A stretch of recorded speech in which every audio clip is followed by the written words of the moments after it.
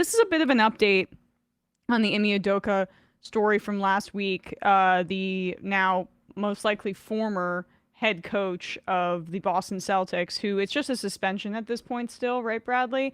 But that seems like it's going to lead to something different. He'll And probably be leaving the team, is and my there are guess. other reports that indicate, at least from Udoka's perspective, that he is determined to stay. Mm. But it's hard for me to wrap my head around a year-long suspension stemming from reports like this, where Wick Grusbeck, the owner, and Brad Stevens, the GM, are going to want to continue to cynically want to continue to answer questions about this. I don't really think it has anything to do with Udoka's prowess if he eventually does get let go by the Celtics.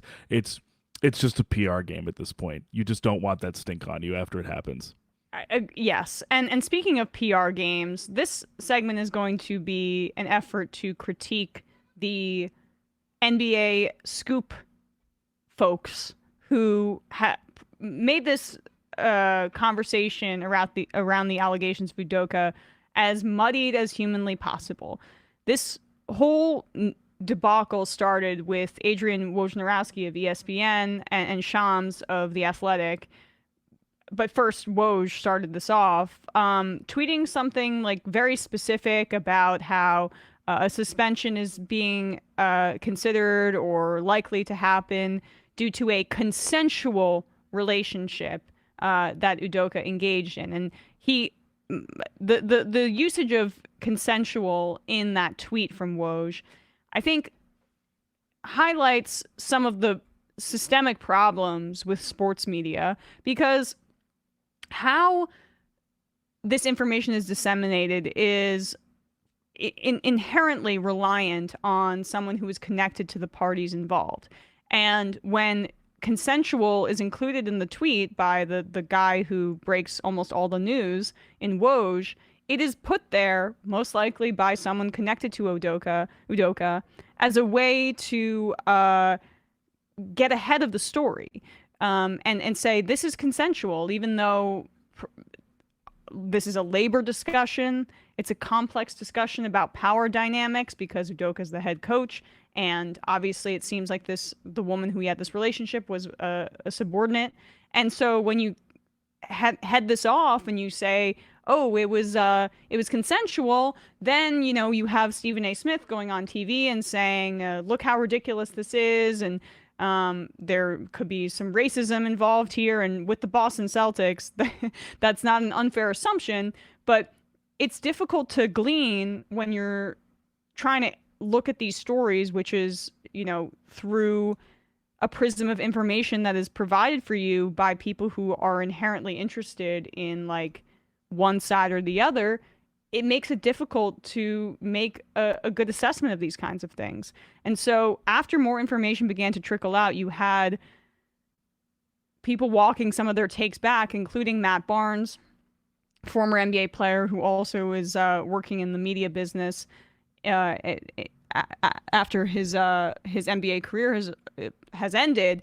And here he is speaking about how he learned more details about the situation. He's decided to walk his take back in defense of Udoka. They won't come out and say it. And since I'm a part of the media now, and I try not to be like everyone else, I try to, report and talk with facts and honesty. And I clearly have to say, last night, without knowing all the facts, I spoke on Ime Udoka's defense.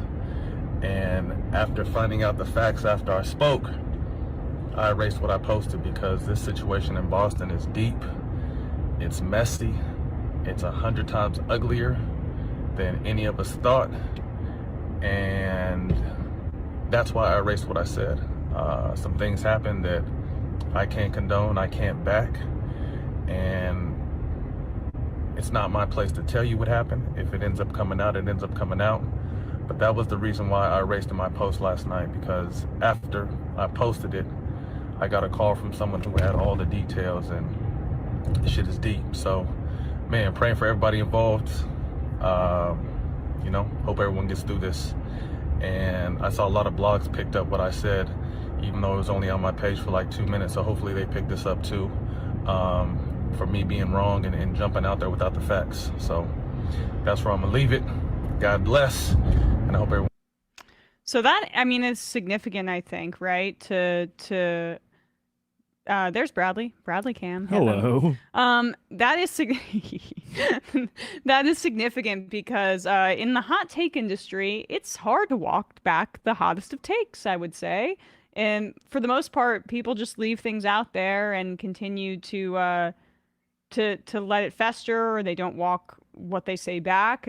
There's not really many consequences for that, but like Shams reported after that Udoka also made, quote, unwanted comments towards that woman. So the consensual part, it's getting a little bit more dicey. And like there is something to be said. Sure, you can say, oh, like these are like, how us media savvy people like to pass around that graphic every so often where there's, for example, like a mass shooting or like something like that, where it's like, this is breaking news. But like, this is a report about a specific circumstance that clearly was in the offing for a while. Like, it wasn't as if, all of a sudden he's suspended for a year. This was being built up to. Yeah, we're not responding to like an event on the ground in Ukraine. It's not breaking news. Like, it's not like real time he's having this affair. Like, this happened already. Yeah. So it just seems kind of irresponsible to come out with that, which when you say something like that is consensual, that's a report, and that's also you're stating that as if it's fact. That doesn't seem like it's a developing thing. So to then change it, the question becomes: is that changing from sources updating people like Woj or Shams, or was there a reason to not disclose that earlier? Yeah, it is like, I mean, I'm pulling up this other tweet here from Adam Schefter. This is the guy who serves the same purpose for ESPN in the NFL space. This is why Deshaun Watson from the beginning welcomed a police investigation. He felt he knew that the truth would come out, and today a grand jury did not charge him on any of the criminal complaints. That's what he said when the grand jury decided not to charge Deshaun Watson. Then you find out like the NFL conducted an investigation and found that no, these things actually did happen. That's coming straight from the mouth of someone close to Deshaun Watson or someone close to his agent. And then Adam Schefter will get paid off later on and get a scoop 5 minutes earlier before it's going to be released. And he'll get to say, I broke this news. And this is the problem with breaking news culture in sports media. And like you've said, like we've discussed this before, we probably both agree that Shams and Woj are kind of similar in their form and their activity in relevant in regards to Adam Schefter, but Schefter most likely is probably a little bit more of an odious like lick spittle for NFL owners and front office and management. He's even less because like he's even more brazen than either of these two guys. Because we at least have on record written exchanges where he is referred to other general managers as boss when they ask him to report something, so we can at least acknowledge his complete and total submissiveness to the levers of power in the NFL and that he will never cross them.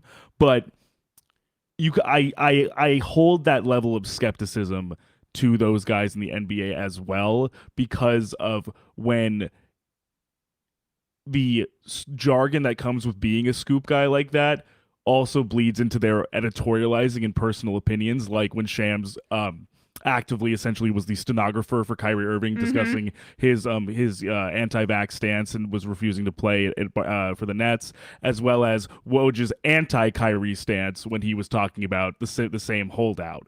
Like, they present a lot of stuff that is actually usually either their own opinion, the shading of some of their sources that those sources want to get out into the media, and they present it as if it's sterile, sanitized, capital F facts. And I'm not saying this is exactly what's going on here. I just mean, like, that's always why, even though, of course, they are incredibly reliable source of information for the most part, you have to take it with a grain of salt that they're not giving you entirely objective fact-finding reports a lot of the time. Yeah, we have a very similar critique on the political side of like Politico, which serves as a quite like when you read something in Politico, there's has to be an understanding that what's happening there is somebody wants that information out there to pressure somebody or to force a certain outcome, or to get ahead of something in a way that maybe obscures the larger facts and reality of the situation. Or even like TMZ, which is kind of funny because like Harvey Levin is like by all accounts like a terrible person, and TMZ has like caused like a genuine amount of harm to certain people. Yeah. But like when TMZ reports an obituary or a death, like they're right. Yeah. They're always right. Well, Like, they broke the Kobe story. Right. It just like that's the thing is like you always have to understand like it's there is like while their accuracy and the veracity is usually there for some of these reporters like you said like Politico or like Woj or anyone like that in across spaces, there's always an agenda. Yeah, always.